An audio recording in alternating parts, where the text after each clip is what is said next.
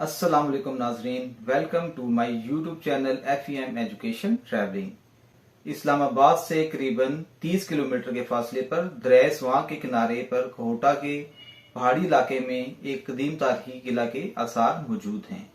ये किला एक जमाने में गखड़ सल्तनत की राजधानी था और जिसकी सरहदें कलर कहार से लेकर डडियाल आजाद कश्मीर तक और दूसरी जानिब झेलम से अटक तक और इससे ऊपर हजारा और कोहिस्तान तक फैली हुई थी। ये किला 1008 ईस्वी से 1012 ईस्वी के दरमियानी अरसा में गखड़ सरदार के गौर ने बनवाया था। 450 कनाल पर मुहित ये किला दिफाई नुक्ता नजर से बनाया गया था, जिसके एक तरफ दरिया और दूसरी जानिब बुलंद पहाड़ी है। शाहराह रेशम और जरनैली सड़क के साथ कश्मीर जाने वाले रास्तों के संगम पर वाक़या इस किला की तस्वीराती अहमियत मुसल्लम है। चूंकि ये किला अदम तवज्जो की वजह से इंतहाई मखदूश हालत में है। किले की जो दीवारें सलामत हैं वो 28 से 30 फुट बुलंद हैं और 10 फुट चौड़ी हैं। इन पर तीर चलाने के लिए गनीब भी देखे जा सकते हैं। किले की बैरूनी दीवार में किला में दाखिल होने के लिए दरवाजे हैं, जिनको लश्करी, बेगम, हाथी, बाग और जियारत के दरवाजों के नाम से पुकारा जाता था। मरकजी लश्करी दरवाजा जो दरिया की समत है, इसकी ऊंचाई 26 फुट और चौड़ाई 14 फुट है। कभी यहाँ दफाई जरूरत के पेश नजर 500 फौजी, 50 हाथी और 100 घोड़े हर वक्त चौकस रहते थे। किले के अंदर एक कदीम मस्जिद के आसार भी मौजूद हैं। आखिरी गखड़ सरदार मुकर्रब खान का मकबरा भी मौजूद है।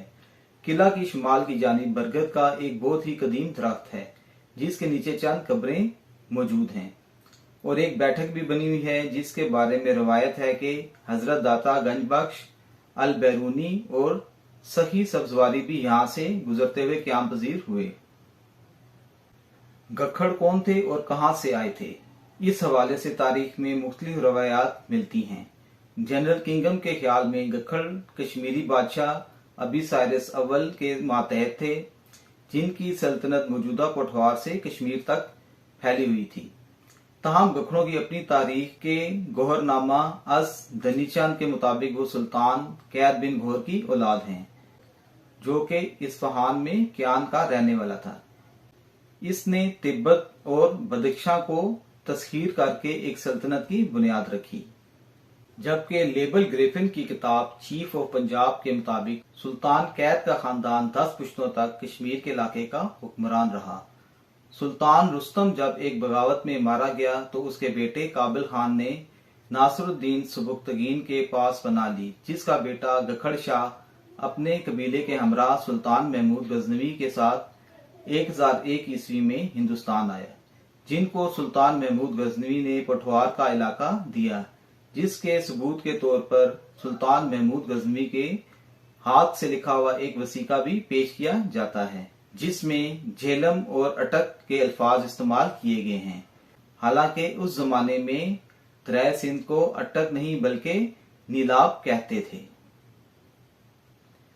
तारीखे फरिश्ता में गखड़ों को एक वैशी कबीला करार दिया गया है, जो पंजाब में 682 ईस्वी से आबाद हैं, जिसमें कसीर शोरी की रवायत भी थी। इस कबीले ने 13वीं सदी तक इस्लाम कबूल नहीं किया था, लेकिन गखड़ों का कहना है कि तारीखे फरिश्ता के मुसन्निफ मोहम्मद कासिम ने 1612 ईस्वी में बीजापुर में बैठकर जो तारीख लिखी, इसमें गखड़ों के हवाले से इसलिए बहस बरता गया क्योंकि मोहम्मद कासिम के जद्दे अमजद हिंदू शाह को लाहौर में शेखा गखड़ ने जलील किया था, जिसका बदला उसने तारीख की किताब में उतारा।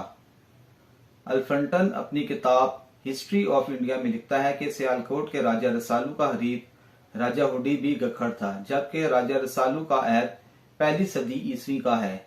लेकिन मुस्तनद तारीख में महमूद गजनवी और पृथ्वीराज की 1008 में लड़ी जाने वाली लड़ाई का जिक्र है, जिसने आने वाले 1000 साल की तारीख बदल कर रख दी। ये लड़ाई अटक में छठ के मुकाम पर लड़ी गई। शायद इसी फतह की खुशी में सुल्तान महमूद गजनवी ने जंगी हवाले से निहायत अहम इलाका के गौहर को सौंप दिया हो। 1205 में जब गखड़ों ने ख्वारिज़म के खिलाफ बगावत की और लाहौर तक के इलाके पर काबिज हो गए, तो शहाबुद्दीन गोरी ने फौरन हिंदुस्तान में दाखिल होकर गखड़ों को शिकस्त दी लेकिन जब वो वापस जा रहा था और दरिया जेलम के किनारे खैमा जन था तो गखड़ों के एक टोले ने आधी रात को दरिया पार करके शहाबुद्दीन गोरी को हलाक कर दिया। जब बाबर 1519 ईस्वी में हिंदुस्तान पर हमला आवर हुआ, इन दिनों ये इलाका दो हिस्सों में मुनकसिम था। एक पर तातार खान जबकि दूसरे पर हाथी खान की हुक्मरानी थी, जबकि तातार खान और हाथी खान दोनों चचाजाद भाई थे। तातार गखड़ों का सदर मुकाम फरवाला किला था, जबकि कोहिस्तानी इलाके पर हाथी खान की हुक्मरानी थी। जिन दिनों बाबर यहाँ से गुजरकर बेरा के मुकाम पर क्याम पजीर था, इन दिनों हाथी खान ने तातार को कत्ल करके इसका इलाका भी हथिया लिया। तातार के दामाद मनोचहर ने बाबर को इस वाक़े की इतला दी। उधर कोहिस्तान नमक के पार जंजुआ सरदारों ने भी हाथी खान की शिकायत की कि वो मुसाफिरों को लूटता है, जिस पर बाबर ने बेरा से कूच किया और फरवाला किला का मुहासरा कर लिया। सख्त लड़ाई के बाद हाथी खान किला से फरार हो गया। बाद अज़ां हाथी खान की सुलहनामे की दरखास्त पर बाबर ने इसे माफ कर दिया और इसे सुल्तान के लक़ब से नवाजा।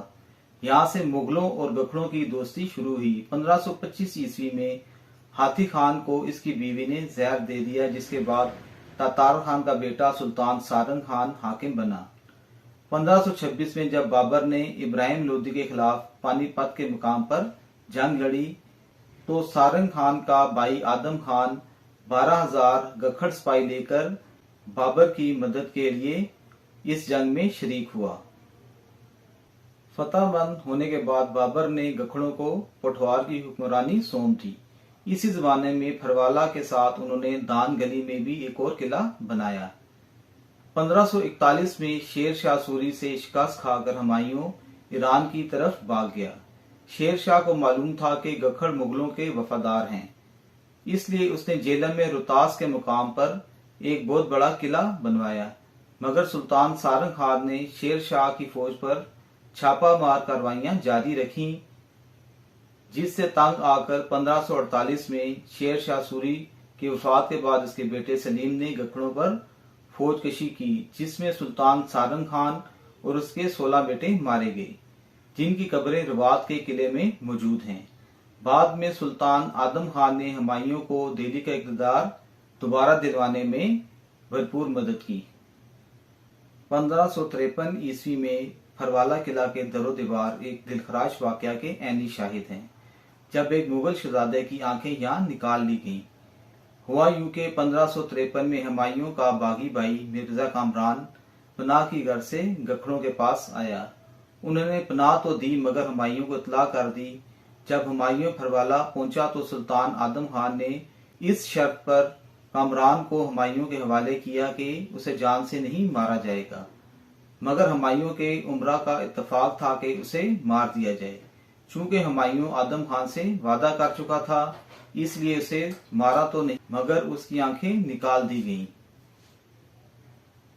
तारीख की किताब पठवार में दर्ज है कि अकबर आजम के अहद में 1563 में आदम खान और सारंग खान के बेटों में तनाजा उठ खड़ा हुआ, जिसकी वजह सारंग खान के बेटे अलावल खान की बीवी थी, जिस पर आदम खान का बेटा लश्कर खान आशिक हो गया और अलावल खान को कत्ल करवा दिया। जवाबन अलावल खान के भाई ने लश्कर खान को मार दिया। इस वाक़े पर इलाका में अफरा तफरी फैल गई, जिस पर अकबर ने मुदाखलत की और किला रोहतास में अकबर आजम ने गखड़ों में सुलह करवा कर इलाके को तकसीम कर दिया। आदम खान के पोते जलाल खान को रोहतास, सुल्तानपुर, मौजा, दान गली समेत 453 गांव दिए गए। कमाल खान के बेटे मुबारस खान को फरवाला समेत 333 गांव दिए गए। आदम खान के एक और बेटे शेख गंगा को तख्तपड़ी का इलाका और 242 गांव दिए गए। एक बरस बाद मुबारस खान की वफात पर फरवाला भी जलाल खान को मिल गया, जो एक जियाला फौजी था, जिसने कोहाड़, बन्नू और यूसुफ जई कबीले के खिलाफ शाही फौज की क़यादत की थी। फरवाला के किला में एक और तारीख रकम हुई, जब एक गखड़ सरदार शादमान खान ने 1650 ईस्वी में किले से पैराग्लाइडिंग करते हुए उड़ान भरी। शादमान खान औरंगजेब के दरबार में मलकुल शोरा और साहिबे दीवान था। इसने पहाड़ी की चोटी पर फरवाला किला की दीवार से त्रेसवां की जानिब पैराग्लाइडिंग का मुजाहरा किया। इस वजह से इसे एशिया का अवलीन हवाबाज करार दिया गया। पैराग्लाइडिंग करते हुए एक बार वो अपनी टांग भी तुड़वा बैठा था। मुगलों और गखड़ों की कुर्बत का अंदाजा उनकी बहाम शादियों से भी लगाया जा सकता है। सुल्तान सारंग खान की पोती जहांगीर के अकद में आई। अली कुली खान की बेटी औरंगजेब के चौथे बेटे शहजादा अकबर से ब्याही गई। मुगलों के जवाल के साथ ही जब मरहटे दिल्ली की तरफ बढ़ने लगे तो अहमद शाह अब्दाली ने सुल्तान मुकर्रब खान की मदद से मित्रा और पानीपत की तीसरी जंग में मराठों को शिकस्त दी। मुकर्रब खान एक बहादुर जर्नैल था। उसने यूसुफ जई अफगानों और कुली खान रईस खटक को शिकस्त दी और अपनी सल्तनत गखड़ मंडी तक फैला दी। अहमद शाह अब्दाली ने सिंध से चिनाब तक का इलाका मुकर्रब खान को दे दिया। आखिरकार 1765 में सिखों की बंगी मिसल के सरदार गुजर सिंह बंगी ने बड़ी फौज के साथ चढ़ाई की तो मुकर्रब खान ने गुजरात से निकलकर इसका मुकाबला किया, मगर पसपाई इख्तियार करते हुए फरवाला आ गया। लेकिन गखड़ों के सरदार रईस डोमेली हिम्मत खान ने मुकर्रब खान को दगाबाजी से कैद करके मार डाला। मुकर्रब खान की वफात के बाद इसके दो बड़े बेटों ने फरवाला और दो छोटे बेटों ने दानगली का किला संभाल लिया। लेकिन गुजर सिंह ने इनको न सिर्फ इन तमाम इलाकों से महरूम कर दिया बल्कि फरवाला किला पर चढ़ाई करके किला को तबाह भी कर दिया। गखड़ सरदारों को कैद करके जम्मू भेज दिया गया। सिखों ने गखड़ों के सर की कीमत 1 रुपया लगा दी, जिस पर कई शहजादे और सरदार मारे गए और जो बच गए वो या तो हिजरत कर गए या फिर अपनी जातें बदलकर रहने लगे। इसी जमाने में गखड़ राजे और क्यानी कहलाने लगे। फरवाला किला की तबाही से गखड़ों का कमोबेश 750 साल इक़्तिदार का सूरज गरूब हो गया। फरवाला किला गखड़ों की ही नहीं बल्कि पोठवार की एक पूरी तारीख का गवाह है, मगर इस अहम तारीखी विरसे का कोई पुरसाने हाल नहीं। किले की दीवारें चंद जगहों पर ही बाकी हैं। दरवाजे शिकस्तो रेख का शिकार हैं। आम लोग तो दरकिनार, गखड़ खुद भी ये नहीं जानते कि दरिया सिंध से झेलम तक इनके अजदाद ने 750 साल तक हुक्मरानी की है। नाजरीन, मालूमात का ये सिलसिला अभी जारी है। उम्मीद है आपको आज का व्लॉग भी पसंद आया होगा। इसको लाइक, सब्सक्राइब और शेयर जरूर करें। इंशाल्लाह आपसे नेक्स्ट व्लॉग में मुलाकात होगी। अल्लाह हाफिज।